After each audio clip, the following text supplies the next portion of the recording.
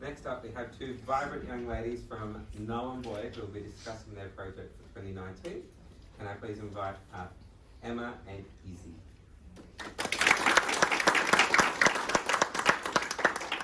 All right, members, you know what to do. Let's go.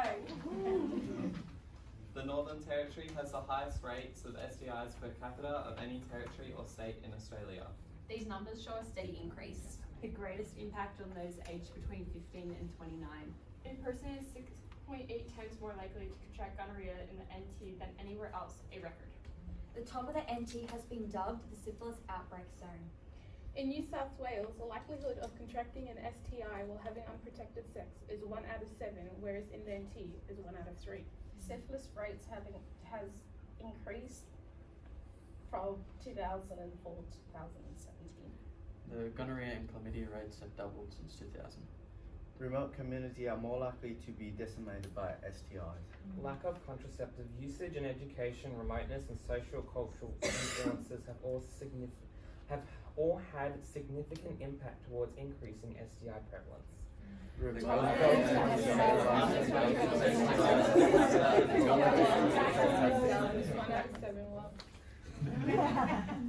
Thank you.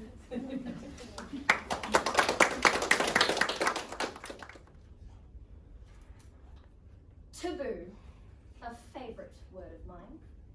When something is taboo, it is provocative, triggering, unresolved and uncomfortable. The human experience is about eliminating the taboo, and this can happen in one of two ways: ignoring or taking action. Roundtable is an opportunity to take action. The NT is filled with the taboo, and as one of the youth, I would like to say that I am uncomfortable. STIs, as I'm sure you are all familiar, are sexually transmitted infections born of the contact of infected bodily fluids or tissue.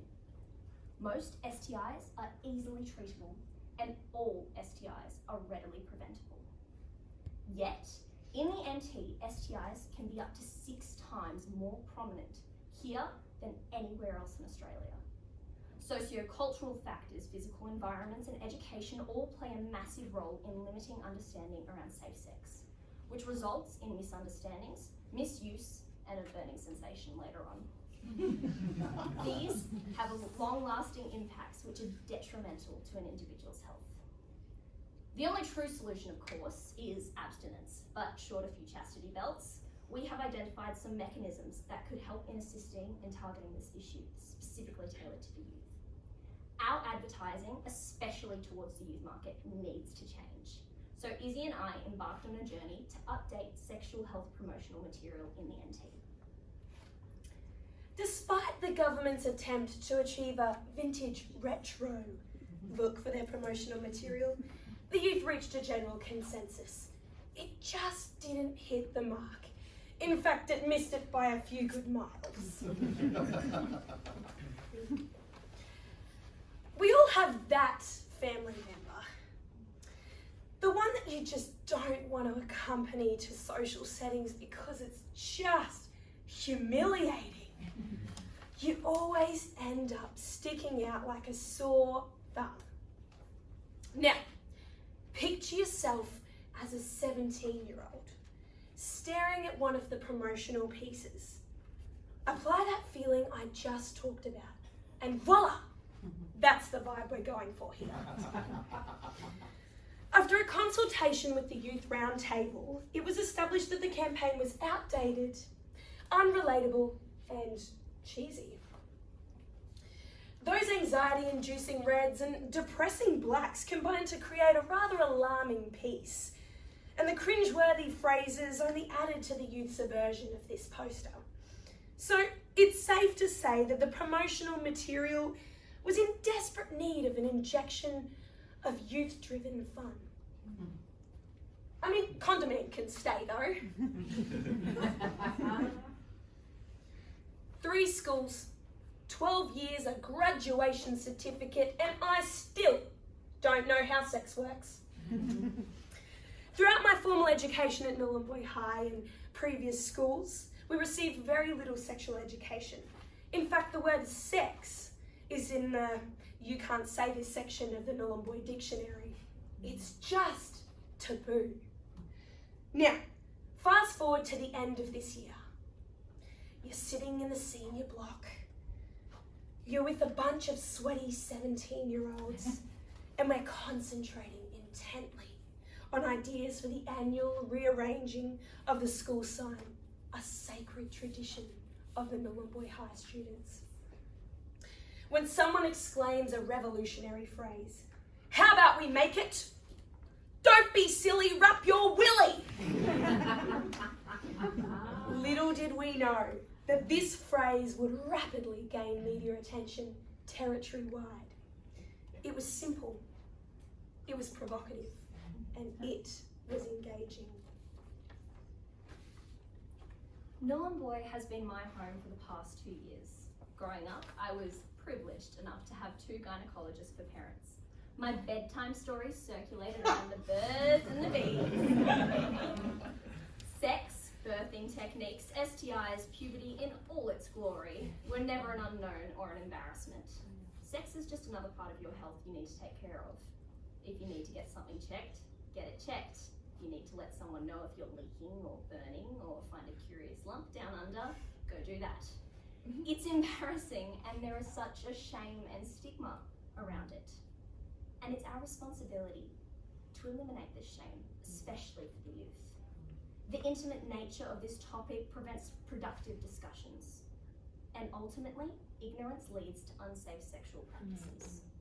Moving to Nhulunbuy, the sexual health education program was non-existent. After conducting a survey last year, we found that almost 85% of students in year 11 and 12 did not know what Clinic 34 was and did not know how to access sexual health services. Those who did were students of medical practitioners. In response to this information, we organised a Love Bites program, a stall at a health expo, and this year held our first Sexpo for year 11 and 12 students to learn a little bit more about sexual health and relationships. Exposure and education are the only ways of eliminating this shame around sex, and we can achieve this through our advertising. Broadcasting has never been easier. The challenge and opportunity of this information era is attention. There has never been a better opportunity to engage, to design, and to advertise. So why are we so reluctant to deliver these messages? In this week, with no expense to ourselves, Isabel and I were able to create a website and an Instagram page, which you can check out later. It is so easy to partner with graphic design students, with schools and university programs, with festivals, with no cost whatsoever. Consulting the youth is easily organised and generates rich, actionable ideas. Creating engaging content is highly possible, and there is no excuse for negligence in youth campaigning. Sharing an Instagram story reaches hundreds in seconds. Reddit uploads and upvotes are easily created and shared. We can utilise hashtag TikTok, Pinterest, Twitter, Tinder. If the flat earthers can become a legitimate movement, so can we. The legacy of STIs is long lasting, and our legacy needs to stand to combat that. This is an essential movement towards closing the gap and eliminating stigma around sexual health. This is not something shameful. Take pride in your health and take pride in your advertising. This claim to fame taught us a valuable lesson. The answer lies in community. Regardless of how many well-intentioned brainstorming sessions the government runs, the outcome will never be as effective as consulting your community. With this in mind, Emma and I set out to consult with as many community organisations as possible.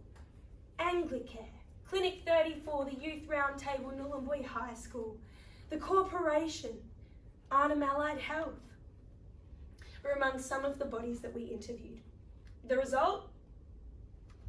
A moderately cringeworthy Instagram campaign that is equal parts informative and cheeky. I'll be honest, we may have left school, but school hasn't left us. So in true procrastinator style, I set up an Instagram account just last Sunday and kind of like Minister Wakefield, I'm a little bit stubborn, so in an attempt to demonstrate just how time efficient this process is, we timed how long it took us to set up this account. 30 minutes later, and we had ourselves a good looking and mildly mischievous Instagram account. The benefits associated with using this platform are vast, but you're all busy people, so I'll keep it brief. Firstly, Instagram is used predominantly, but not limited to the adolescent demographic, which allowed us to effectively reach our target audience. Secondly, the pictorial nature of this app allowed us to send a message that defied language and cultural barriers that for so long have just broadened the gap between Indigenous and non-Indigenous people. It's a simple formula that I like to call team speak. Now, it goes like this. Eggplant equals penis. Peach equals bum. You get the point.